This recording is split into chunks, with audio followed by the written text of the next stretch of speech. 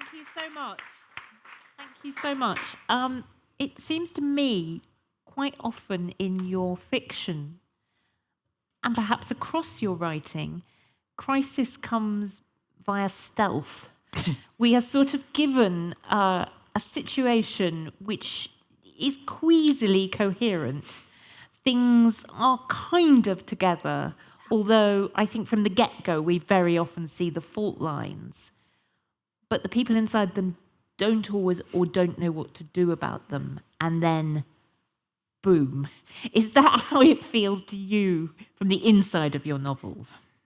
Well, of course, I know before I start where the fault lines and the crises are. I think that the human capacity for getting used to things is both our deepest flaw and our greatest strength. And I'm always quite interested in what people get used to and how they learn to tolerate. And then when it becomes intolerable, and then when they recognise that it becomes intolerable. And maybe that sequence is the engine of a lot of my fiction. Does it feel to you as though the novel as a form is useful enough to you to do that? But there's a reason specifically, I suppose I'm asking you that question. You didn't start off, you weren't going to be a novelist, you were going to be an academic, which of course you are as well. But you thought about nonfiction, you've written widely in a nonfiction setting.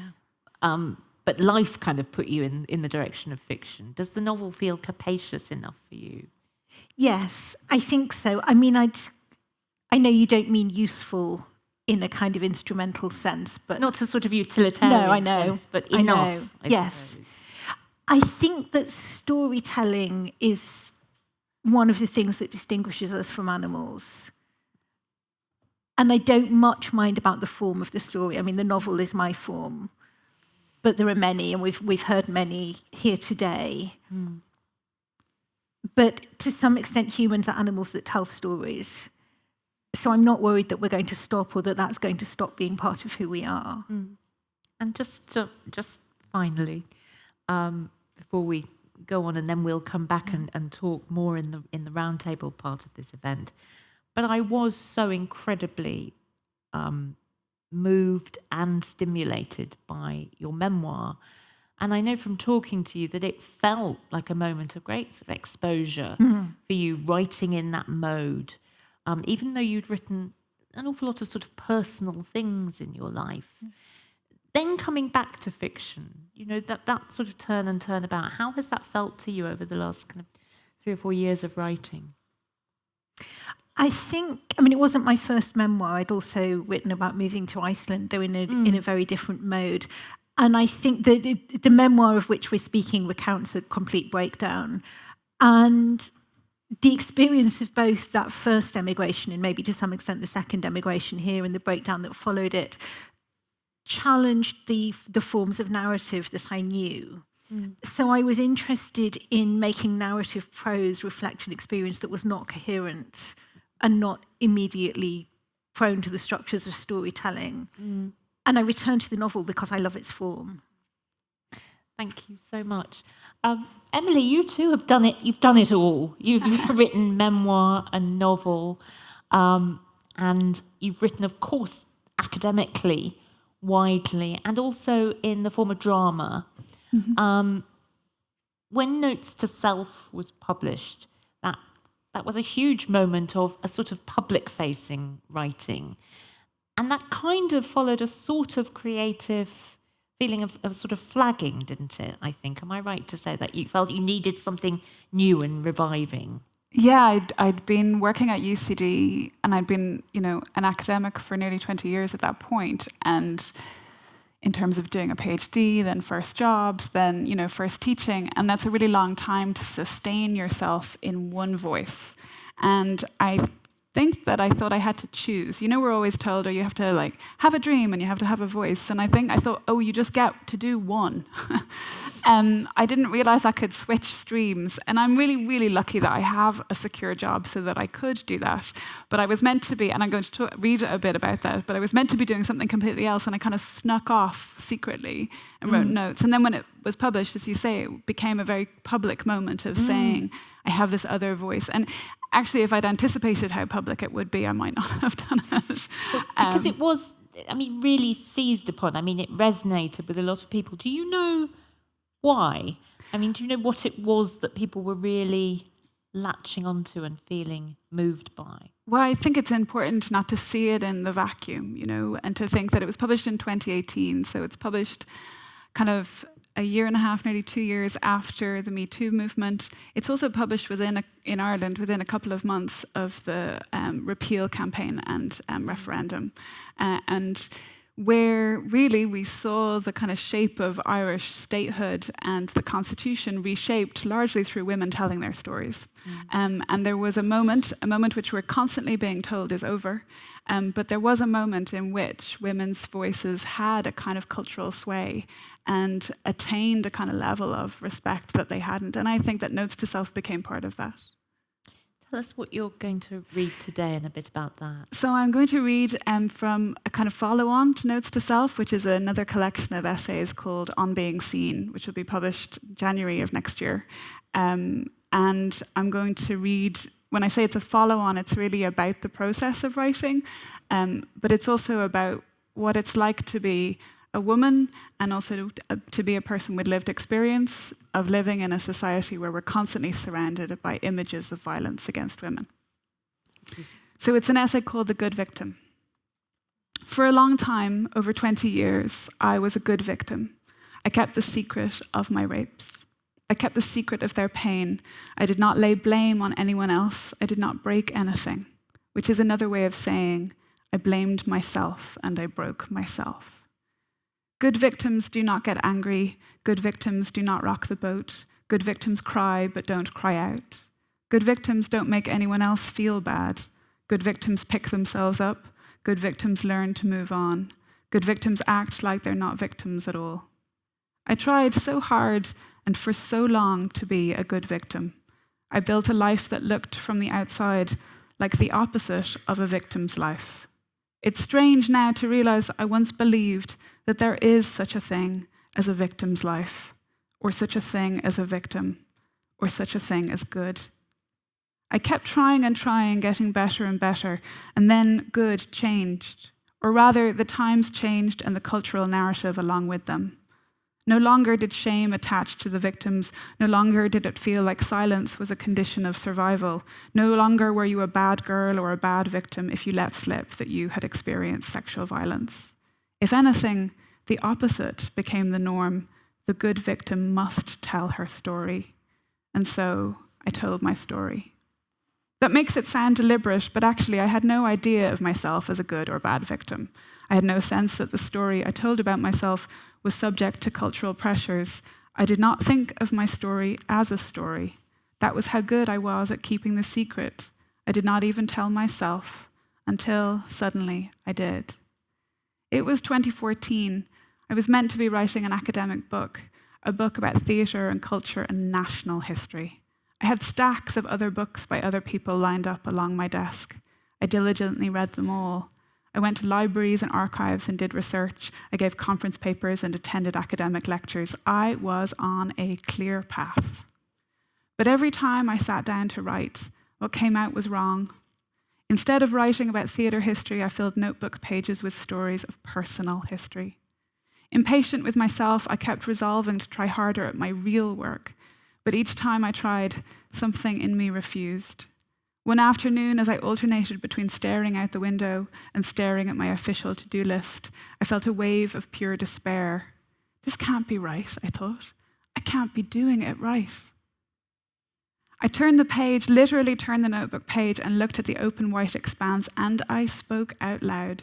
Spoke to the part of myself that would no longer accept being unseen. Okay, I said, if this is what you want to do, I'll do it. And I began to write properly, fully, consciously about my life. I unhid myself to myself in those pages. I felt all the things you feel when you let go of pretending you're fine. I felt relief, I felt pain, and for the first time in years, I also felt flow. Unhiding is a process that moves slowly. For months, I did not show what I had written to anyone, not even my partner. Eventually, he found a heap of my words printed out and abandoned on the floor of my office. He read enough to realize it was private, but he also read enough to recognize something in it. He told me he thought the writing was important, and then he told me something bigger. He told me he thought it was good. After that, I looked at the pages I'd made and I allowed myself to feel a tiny bit of ambition. And with ambition came the courage to send some of my work to a publisher. Several months after pressing send, I found myself filled with fear and regret, wishing I'd kept myself hidden. And then an email arrived, the publishers inviting me to meet up. Over coffee, they told me that they really liked my voice. "Oh," I said, "I don't have a voice. That's just what it sounds like in my head." Even with flow, writing felt like a battle, to find the right words to express the right feelings, to decide what the right feeling even was, to make the shape of the work reflect the shape of the thought. Choosing the right tone was one of the hardest choices. It felt almost physical to shift away from the defensiveness of self-deprecation for long enough to write my story with the sincerity it warranted. Though I would love to say that once I started to write as myself, it all came easy, that would be untrue. And it would also miss the point. Because the battle on the page was what gave the process meaning. In each draft, I was reaching for something, not just control, but agency, reaching for the sense that I was finally choosing and making my own story. When one person breaks the fiction of being fine, breaks out of the good victim script, it can have a catalyzing effect on others. In my academic theatre research, I have witnessed this phenomenon. After a hard-hitting show, audience members will often seek out the cast, the director, the playwright, to share something of themselves in return. This phenomenon happens for books too. Nuala O'Faolain, who published a brilliant best-selling memoir in 1997, wrote that readers insisted on me seeing them, in notes pushed through my door, in letters to me at the newspaper, my home, the publishers. But I did not ever imagine this happening to me.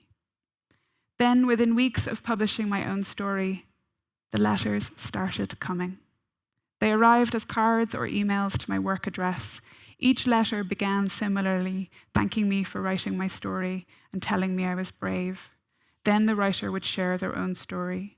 Sometimes in a few lines, sometimes in long paragraphs, they told me of their experiences of pain, of violence, of loss. As I read their letters, I found myself gasping or my eyes filling with tears. These were not good or bad victims. They were just people. I felt profoundly honoured and moved by their acts of sharing, and also, far too often, I felt profoundly helpless. Sometimes people found me in person at book events or in my university office, or even a few times on the street. Once in a gallery, a young woman came and took my arm. She whispered, "I was like you. That happened to me too." Then she walked swiftly away.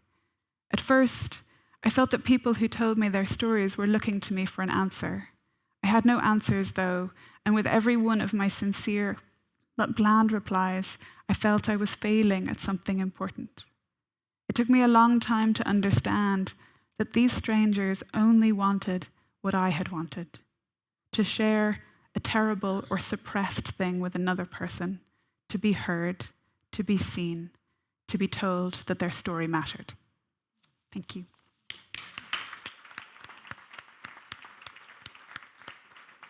Emilie, thank you so much.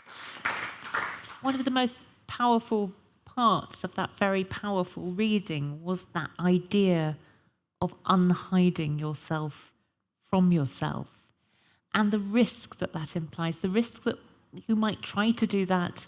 What will you find? Will you find anything? Will you not be able to do it? I mean, it sounds a far more profound thing to do than just those few words convey. Was it for you? Yes, it was. And looking back on it, what I realize it does, people often describe work like that as breaking a silence, particularly around women speaking out around violence.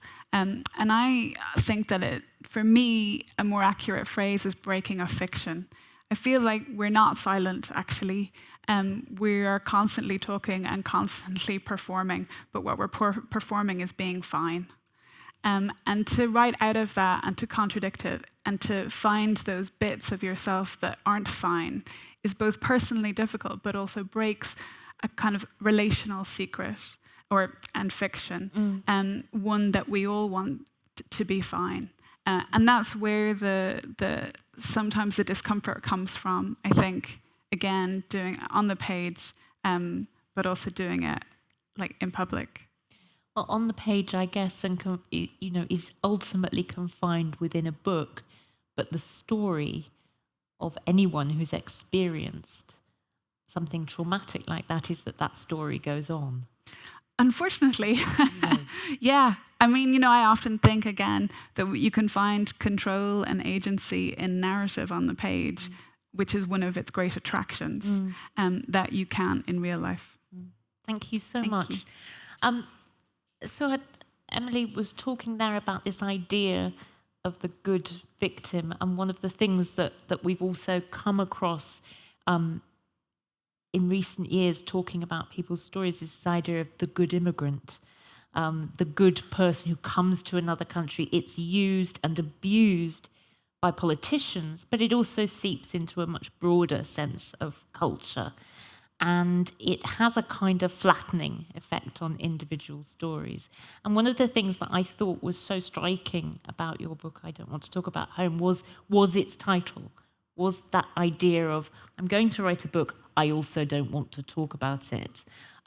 Just tell us a little bit about coming to write this book. So the title came from that frustration of being asked about home in places and times that I didn't want to talk about home at that moment. But ironically, it's 300 pages of me talking about home. But I talk about it on my own terms, in my own comfort, and in my own narrative, without that being edited in a way and shaped against what I want. So back to that good immigrant image, there is actually a collection of essays. It's called The Good Immigrants, and it's one of my favorite books. And it says how migrants needs to be superheroes in order for them to be accepted in the place where they are. They are not allowed to make mistakes. They're not allowed to be themselves. They have to always be the perfect citizens and the good immigrants. And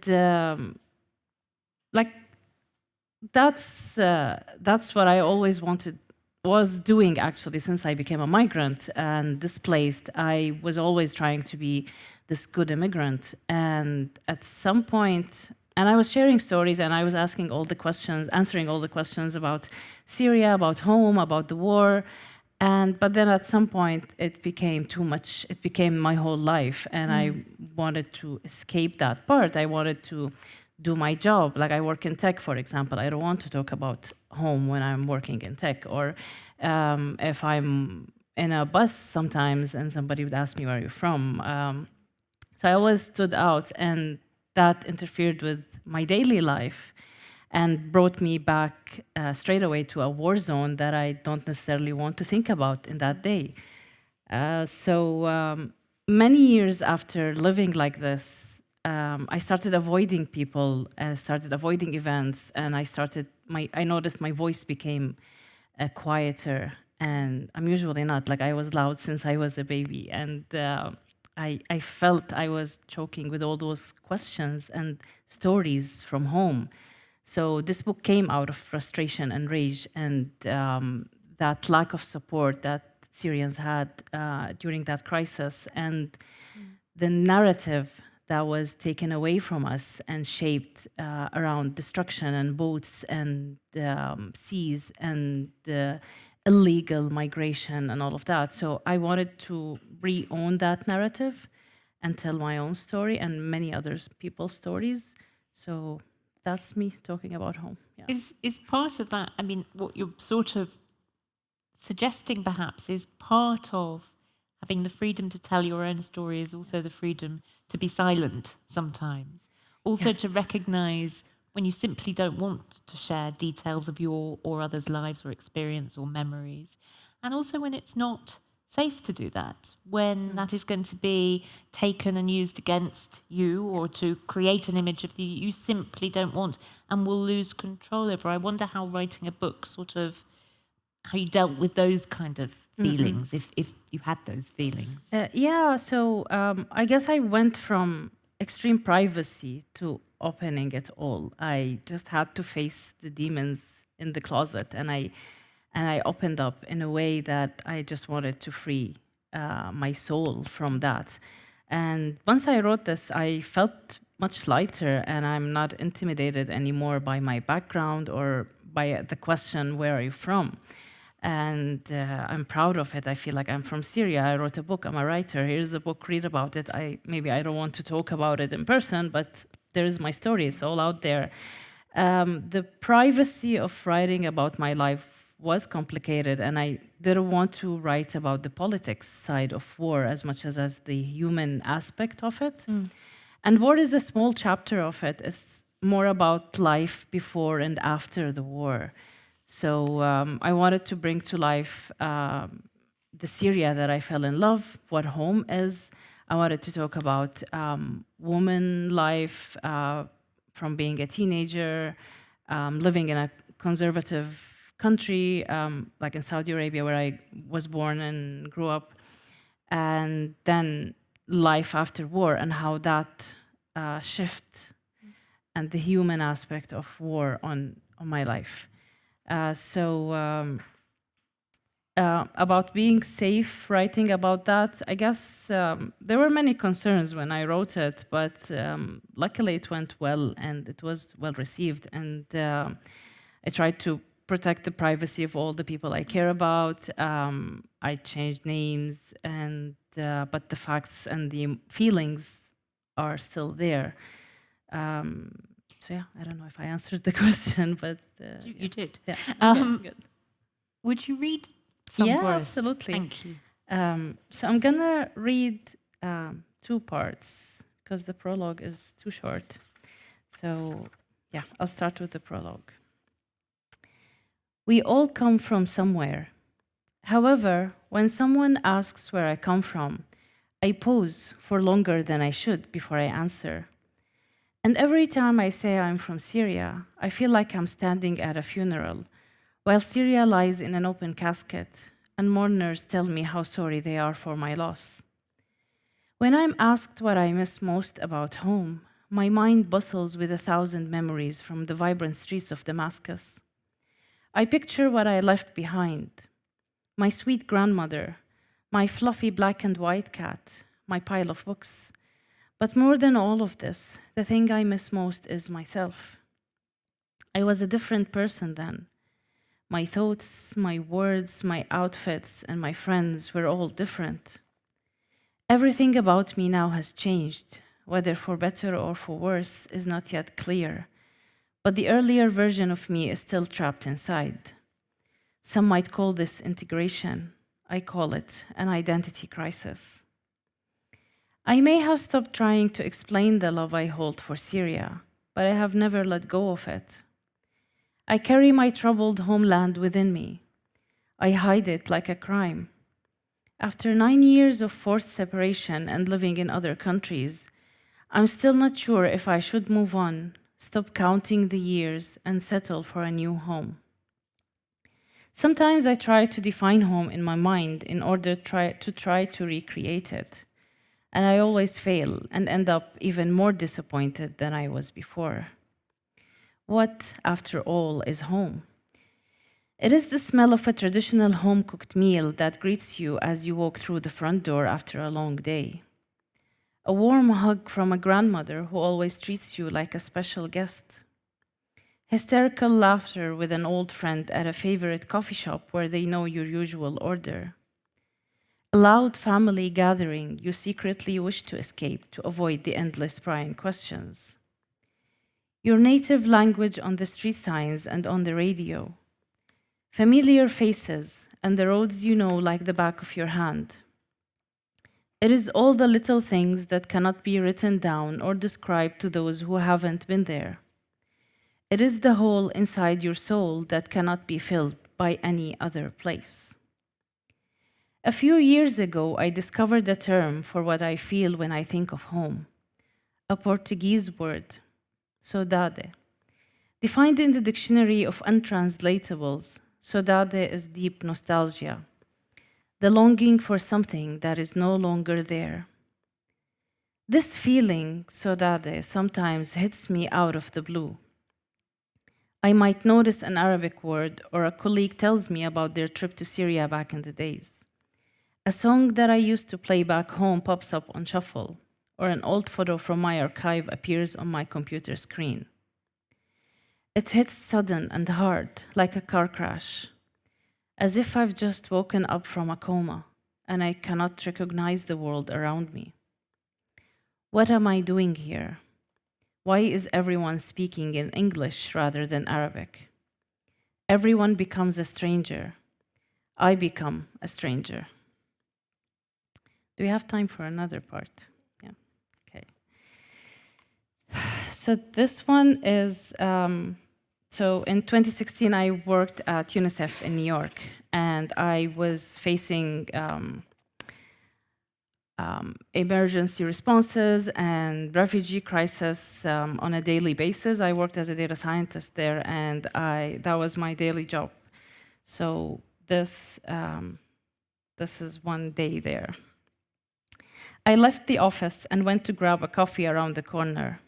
On my way back, I noticed a new exhibition in the lobby of the UNICEF building about Syria, my Syria. Quotes and pictures of Syrian children in Al-Zatari, a refugee camp in Jordan. I wish we can all go back to Syria and live a nice, normal life again, but I will survive here.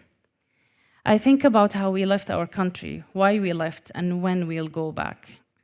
Syria is the paradise of the earth. I read the quotes on my way to the elevator. I read the quotes on my way to the elevator and left the children's photos behind me for the strangers who did not know Syria. How come I share the same thoughts with them, even though I'm not in a camp? No matter what button I pressed in that elevator, on every floor at UNICEF, in every corridor, there was a piece of the Syrian crisis. A photo of a child in a camp, a map of Syria with different colors and legends, a fundraising campaign. Every now and then, I would get involved in meetings and discussions about the situation in Syria, the besieged, the people on the move, the asylum seekers, those scattered around the world. I joined conversations on how we could help, how to measure the invisible damage, reach the most vulnerable people, integrate the isolated, and how to structure the network of the Syrian diaspora using data. I felt empowered. I thought I was. Privileged to help and make this world a better place. I talked about the refugee crisis during lunch or a coffee break, like it was just another random topic. As the floor number got higher, I remembered how in one of those meetings I heard a new word, displaced, defined by other new words, forced to leave, unable to return, cannot connect with family, lack of community support, emotional damage. Am I displaced? Am I in those statistics? When did I become a victim of war and fit all those criteria? How am I supposed to save the world when everyone thinks I'm the one who needs saving? The dark thoughts invaded again. The elevator doors opened as I reached the highest floor, and I left to take the last steps on the stairs to reach the rooftop of UNICEF. No photos of Syria there, just the blue sky, the same sky that covered Syria. Was it really the same one? Thanks. Thank you so much. Thank you so much.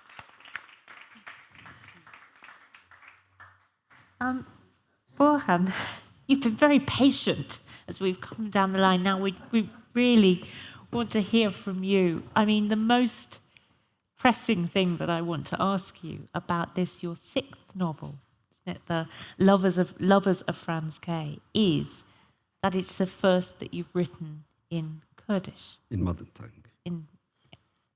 Now, that's evidently was a very, very big shift, big and important shift. Can you tell us a little bit about why that was and how that came about? Yes. after 5 novels, when I decided to return to my mother tongue, it was kind of fighting with the feeling of nostalgia. You know, the root of it's a term coined about 200 years ago by a medicine man. The word's root is nostos. When Greeks defeated Trojans, they started to return home, you know, Odysseus, and they called his journey back home nostos. It took him 10 years. He wanted to go because he missed home. But if he doesn't succeed, then the feeling is nostalgia. Nostalgia is a horrible feeling. That means that you are not able to go. Home is there, you are here, there is a wall, there is a sea between you. So the feeling of Kurds for 100 years is nostalgia, for generations, because the language is forbidden. You cannot speak. Harold Pinter wrote a wonderful play about this after he visited Turkey and found out the situation of Kurds. The title of the play is Mountain Language. Parents visiting their children in prison, but they are not allowed to speak in their language. But parents don't know the language of the state, the official language. So when they go in prison, they cannot communicate. That's the whole story of Harold Pinter. But what happened in Turkey for generations. In the end, we are aging. We are not young anymore. And you feel that, okay, you are going towards the end. Are you going to complete your journey back? Your nation maybe is not able to do it. It will take a few more generations to have a free country, you know, with your own language. And I said, a writer or as an individual, I can do it by writing a book. When I finished this book in Kurdish first time, then I shared it with some friends, Kurdish publishing houses. By the way, if you write in Kurdish, it sells, the best-selling book is about 1,000 copies. Because people cannot read it. People can speak, but cannot read it. So you take a risk. But in the end, I got the book in Kurdish, published. One of the best nights and sleeping I had. You know, you go to sleep, you know, my wife there, my son is there. I'm happy. I reached back home. You know, this is my Itaka, my mother tongue. So it is, you know. I suppose I really asked you the wrong question. What did it feel like to write in Kurdish? I should have asked you what it felt like not to all the time leading up to that. Because you wrote 5 novels that were intricate and elusive and used all sorts of structures of storytelling. I'm thinking of like a novel like Istanbul, about, you know, where you use the Decameron, for example. Yeah. You were really interested in the structures of storytelling, but you were not doing it in the language of home. How did that feel? Painful, but on the other hand, having 2 languages, and it's not like, you know, being German and writing English, because both languages are free and equal. But in our case, one is forbidden, you know, and always humiliated, belittled. And you know that because of that language, you've been beaten by your teacher, school, you know, by your neighbors, everywhere. So having those 2 languages suddenly turns into like this. Turkish is official, and it's a beautiful language. I love Turkish language. It has great literature. But I wanted to have the same thing for my own language. And suddenly Kurdish becomes secret language of imagination when you write in Kurdish. And in Turkey, many of big Turkish literature writers actually Kurds. They recreate Turkish language. Without exaggerating, I can say this, especially writers of my generation. Sometimes we speak with other writers. You give me 10 books in Turkish, say that, read all of them and tell me which one is written by a Turkish writer and which one is written by a Kurdish writer, even though the language is Turkish. 80%, 90%, I can tell you. Because the language is not only words, the way you structure a sentence, the way you use an imagery, allegory. You know, Kurds, because especially magical imagination, you know, or realism, very much popular in Kurdish fairy tales, you know, stories. It suddenly reflects in that language, you know, language of your literature. So when I've written in Turkish, somehow I felt that I'm writing in Kurdish as well. So you somehow, it was a sort of act of ventriloquism in some way. Yes, because sometimes you put some word, actually is originally Kurdish, you try to adapt it. Only one word makes you feel, you know, victorious, you know, out of that 10,000 words. You say, okay, I got this word. Despite all this banning, forbidding, you know, act of states, generations, still we are here, we are doing something beautiful for literature, through literature, for a language. This novel that you're going to read to us from now is set decades ago. It's very generically difficult to pin down. There's a little bit of thriller. It's highly literary, as the title suggests. It's about this great literary imbroglio of the past, this great sort of, I suppose, a kind of transgression in a way.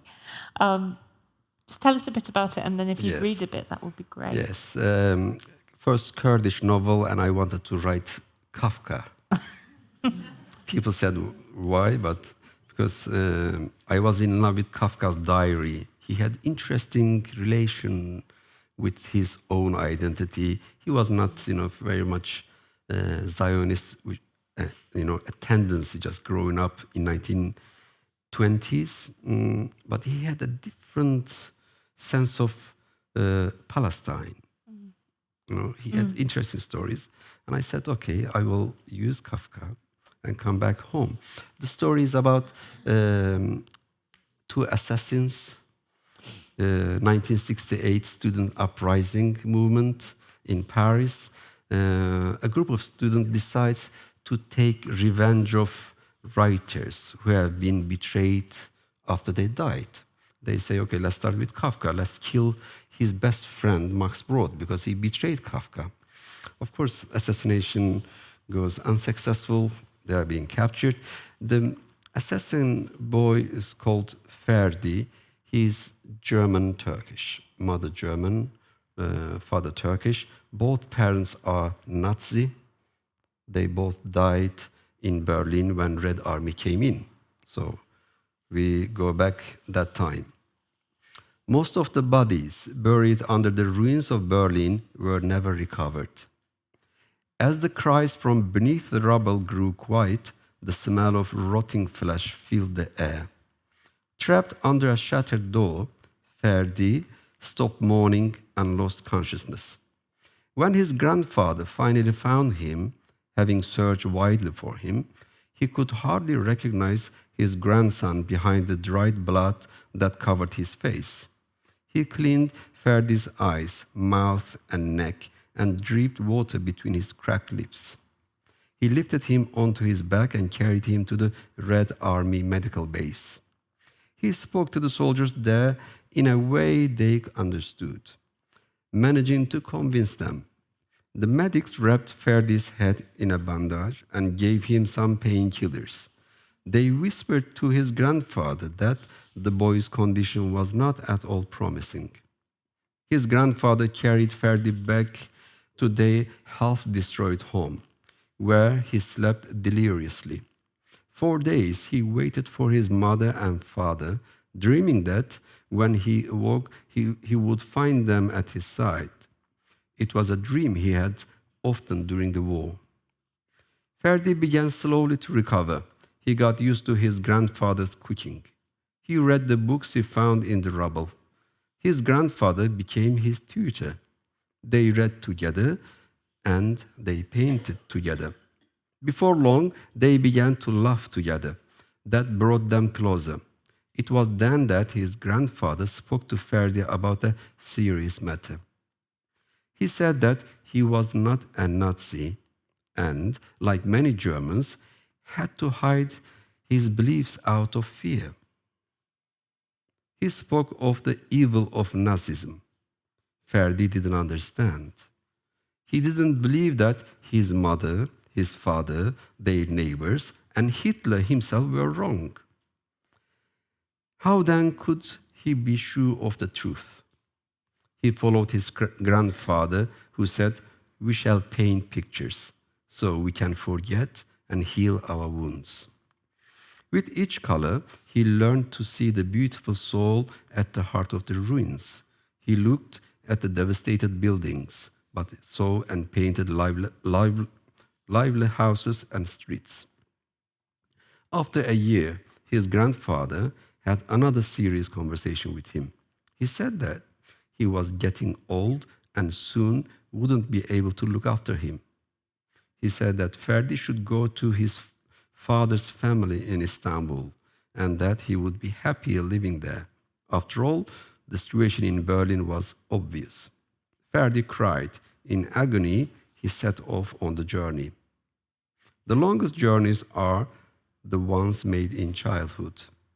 The life he was leaving behind was a different world, one to which he could never return, and on the horizon were the clouds of a foreign sky. "Grandpa," Ferdi said in his first letter, "I realized when I saw Istanbul that the most beautiful city is the city without war. But still, I miss you and smoke-coated Berlin." Thank you so much. Burhan, I wanted to ask you, this idea of writing about Kafka, a writer in the widest sense, we now use as a sort of shorthand, Kafkaesque, the metamorphoses, all the adaptations, far more than we read him. But he is, in some ways, a contemporary in his concerns. Is that what you feel? Yes.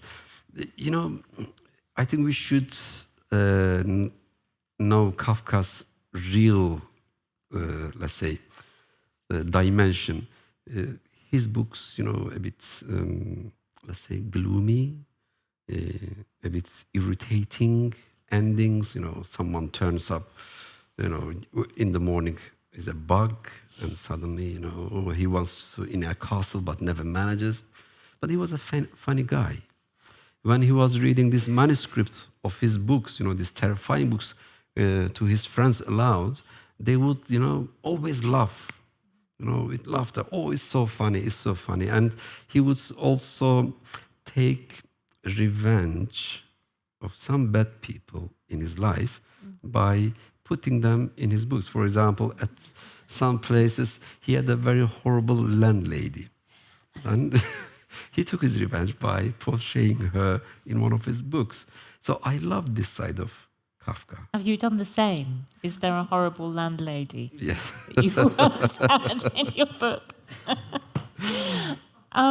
Listen, we're going to kind of all come back together now after those wonderful readings. Thank you all so much. I kind of started to think about, okay, what is a permacrisis as it relates to reading and writing? Because one of the things I thought was, well, writing is always in crisis. I mean, it captures crisis. That's one of the things that it wants to do. Reading often provokes a kind of, what you hope in a way is a sort of an emotional crisis. The world is always in crisis. So what are we addressing at this current moment that feels different, if anything? I throw that out to you, looking confidently at somebody to respond. Emilie, I don't know why I'm most... Do you think you're trying to catch my eye, or am I singling you out like a teacher, going, like the finger is falling on you? It can be anybody. I think the expectation that falls onto culture to both reflect and diagnose crisis in the world, and then also to somehow solve it is, shall we say, unrealistic. And I don't mean that that's your expectation. I mean that frequently comes up every time I have to write an Arts Council application or a report justifying, why I had a bursary to go and make some art. It can't be for its own sake. So I'm really struck by the relationship that writing and reading is meant to have to crisis. And then also if we're not, and I was having a conversation with a writer this morning who was kind of in a bit of kind of a quandary as to how to represent her own story, because she keeps saying, but terrible things are happening in the world, and she's writing a memoir. Like, how could I possibly justify putting my own small pain on the page?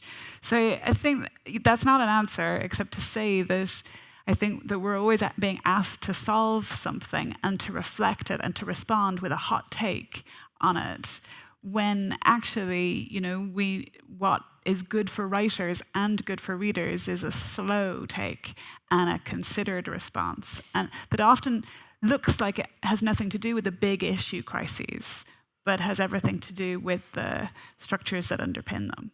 Sarah, what do you think? Yeah, I was thinking when you were saying about the memoir writer saying, what does my small pain have to say to the world's big pain? That's coming from a kind of zero-sum thinking in which there is a scarcity, and if you take your share, it removes somebody else's share.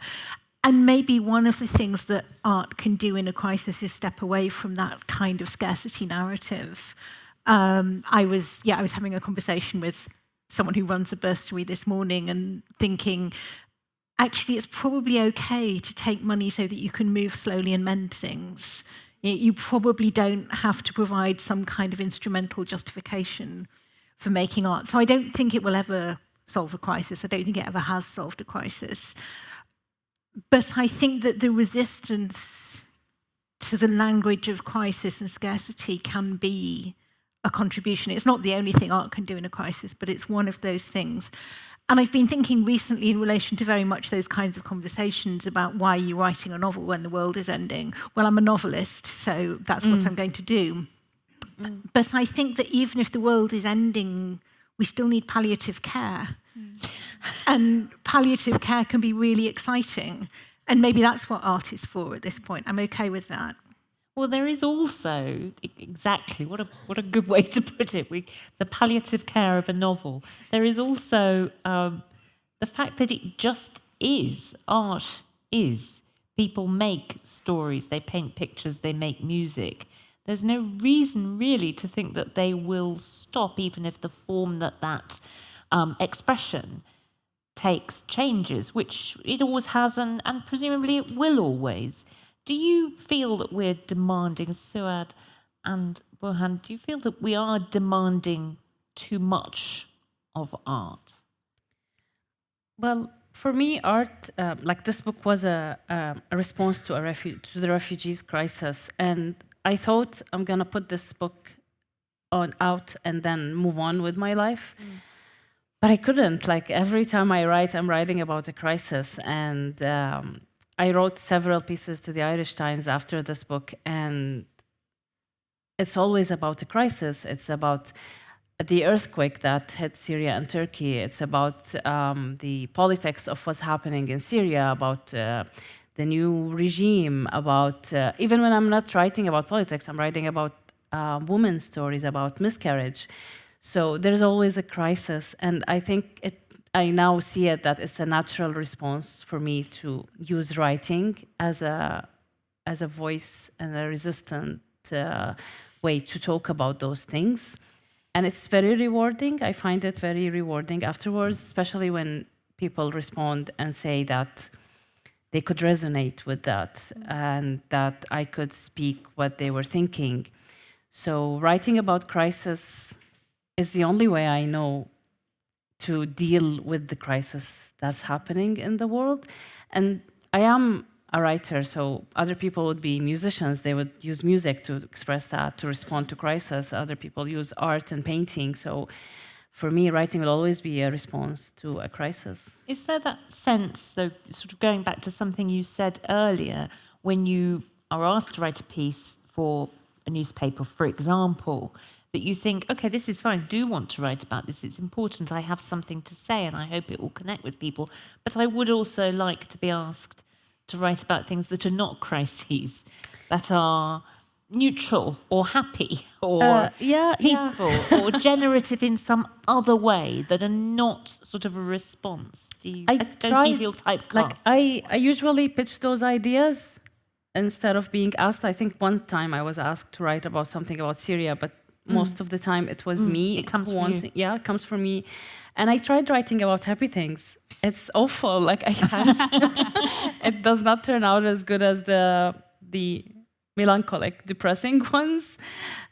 I tried. Like I am working on a novel about tech, about the life of a woman in tech, and about AI and the ethics of AI. But I always end up writing. Like I don't know. Somehow I end up talking about the struggles of women in a male-dominant field, about how AI is trained by male engineers more on male data, for example. So all that, I always end up writing about conflict and crisis and these are good things to write about, I should say. And I'm not saying why don't you go and write about something happy. No, I wish I can, but just to answer your question, but I don't know. I find it interesting to dig in those areas. In those areas, So now you've brought the initials in. We have to talk about them. Now you've said AI. Yeah. And we always have to ask writers this now, like as of maybe a year ago. And the most, I suppose the most bullish response I had when I asked a writer about AI was Colm Tóibín, who said, yes, absolutely, novelists think they're incredibly special and they're not. AI will do it all and that will be the end of us and it's a good thing too, and isn't that great? Now, many caveats here. He was laughing as he said it. He is the most exceptional person to talk to in that he will always say something that will make you go, but you can't say that. And also, as I did point out to him, it's fine to say that when you've written all your books and won all the prizes, right? Which he said, yes, there's something of that. I'm slamming the door and walking out down the road. But back to the question, what do we think? Is this a crisis or is it a confection, I suppose? The idea that AI, yes, please.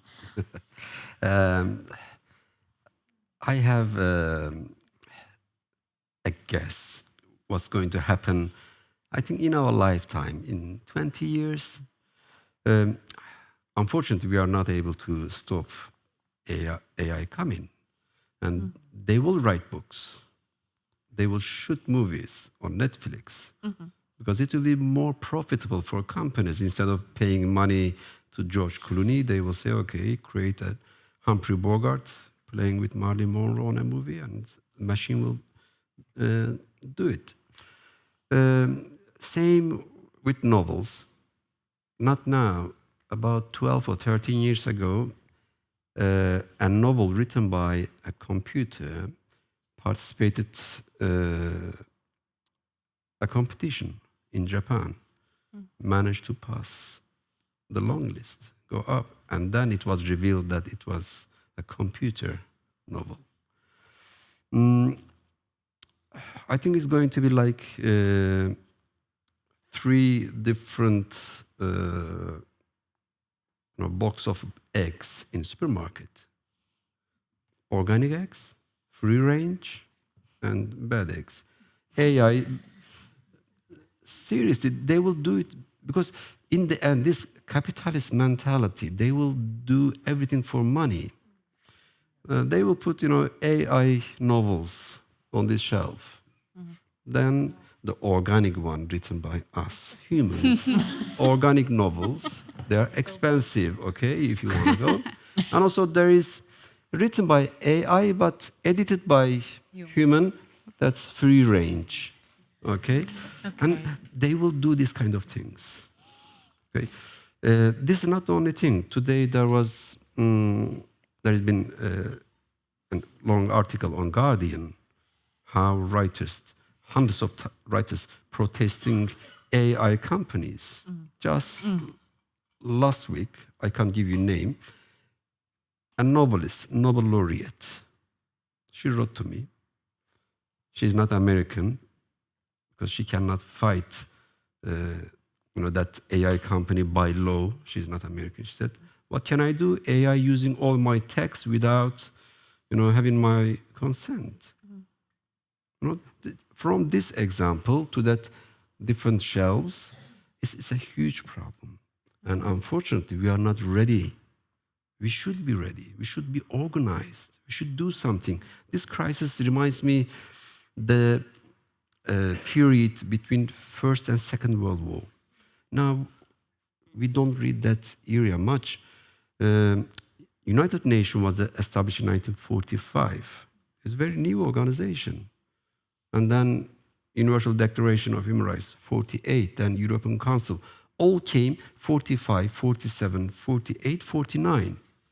Before that, there is a wonderful 20 years between two wars. All intellectuals are reading, writing, publishing, especially H.G. Wells, British English writer.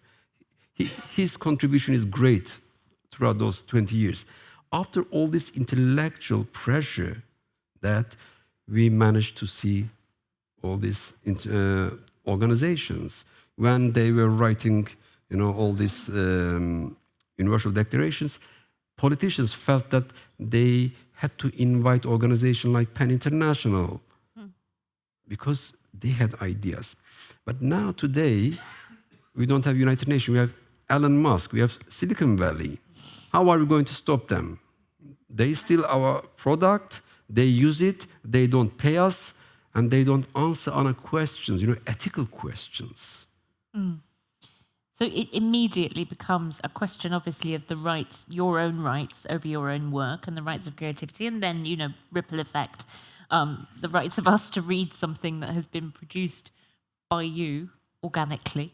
But it becomes inextricably political at that point, doesn't it? It becomes a way for narrative, a word that seems to have the most amazing currency these days, to be used all the time, whereas I thought we just sort of studied narrative at university, but now you can't go through a day without somebody shaping a narrative for you. And AI, I guess, is helping that happen. What's everybody else's view? To respond to Burhan's idea of the crisis. I have so many things, but I don't want to say anything more.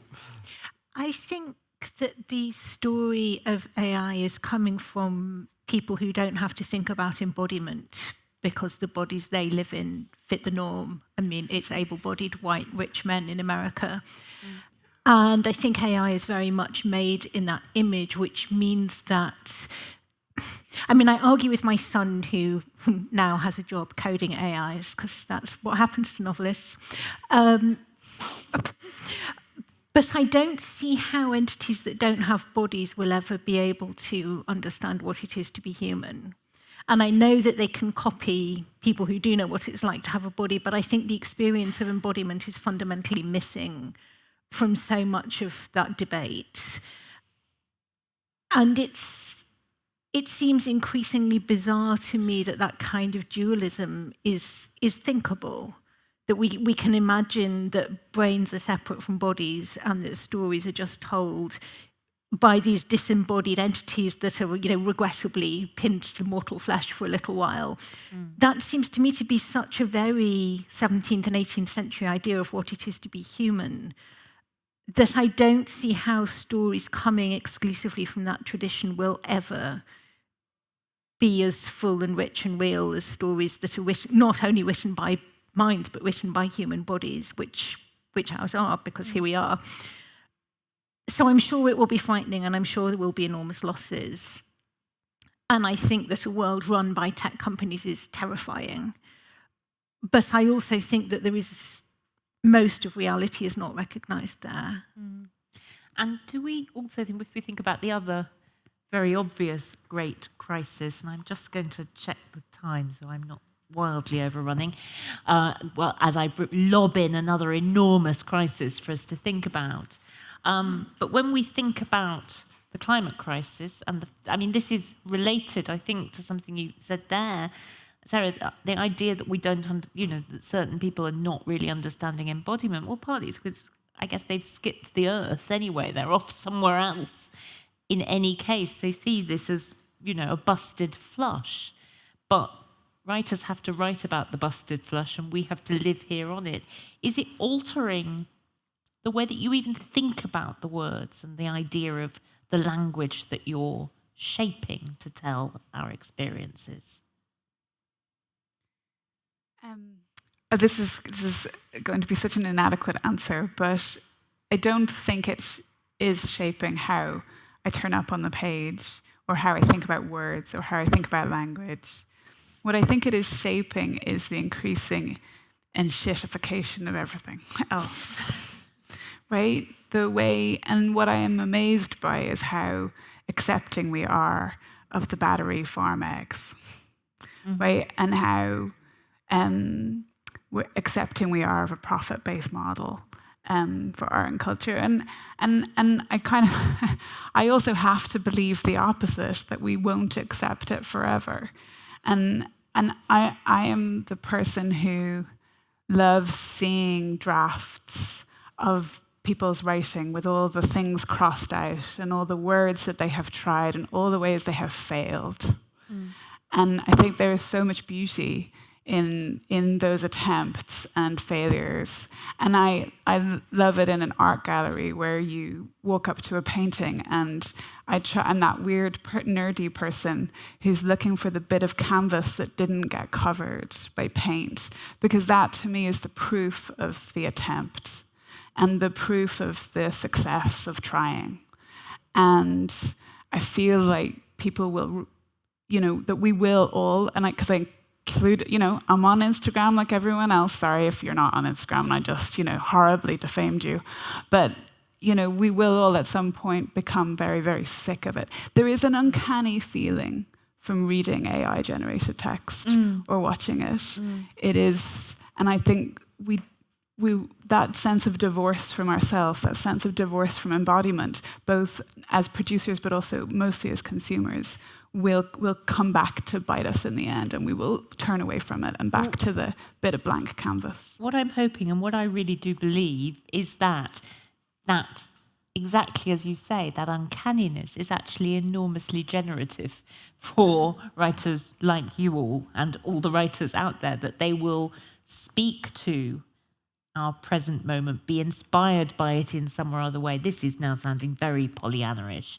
But you all write from here, and we all read here. No matter what you're writing, whether you're writing about the past or imagining the future or trying to capture the daily life. So I suppose, as we bring a kind of day of crisis to an end, I get to do a terrible thing and ask you to think of something hopeful to say. It could be a very small thing. I promise I'm not saying let's pretend it's all right and here's a sticking plaster to go with your organic eggs so that they don't break on your way home. But we're all still here, right? Real. And, Burhan, you were alluding there to writers being in touch with you. That's because you run a network of writers. Yes. Because you work Penn International, you connect people, as well as your own writing that you do, your own creativity. That is an act of creation and resistance as well, is it not? Can I say a couple of things about seeking the truth and seeking free time for humans? I think both are very much related to novel as a genre, because novel became popular about 100 years ago. It started earlier, but poetry was much more popular until about 100 years ago. Then novel came and people said, why novel suddenly became more popular, even though we had less and less time, free time, because modern age, in big cities people live, they don't have time, they have to work. And Mikhail Bakhtin, Russian critic, he wrote great things why novel is the main genre of the modern age. And we came today, I think today there is a fight, war between novel as a genre and social media. Social media is like this. It doesn't let you, stay with yourself. Open social media and go reels. No truth, no knowledge, just information, data, like that matrix, coming down. And this thing, stealing or invading your time, but novel invites you, says, come, free time, okay? Give 1 hour a day or 5 hours. And we do it, we love it. So we have to defend this free time of novel for our human soul. And in that way, I think our brain will function and be able to desire the truth. Harold Pinter gave a very good description about this. About 20 years ago, he received a Nobel Prize and he gave a wonderful acceptance speech. The opening of the speech is a long speech. The opening just starts like this. It says, as a writer, I have right to bend the truth. As a writer, I will change everything. I will tear everything, tear everything. Then I will bring them together. This is my freedom. This is art. But as a citizen of this world, I want my own truth. I will never let politicians steal that truth from me. It's a very interesting distinction. Then next 20, 30 pages, he explains what is the meaning of truth in art and in real life. What's the difference there? And today, I think one of the things that we have to focus, maybe the main thing, is the truth. The truth of, we are not telling real stories. We are not journalists. Novel is creating, a lie to tell you the truth. And on the other side, politically, how can we translate this in the political world? In Pan International, our work is this, we work for this, we fight for this. And I think in the next few decades, we are going to talk about this question a lot more. Burhan, thank you so much. Listen, my lovely organic eggs, which you've totally sold that to me now, totally sold it. You've all been so wonderful. I hope I haven't broken or scrambled you. This is not going to work long term, but you've all been so brilliant. I commend all the works of all these writers here to you. Thank you so much for being here today. But thank you so much to Sarah, Emilie, Suad and Burhan. It's been a huge pleasure. Thank you.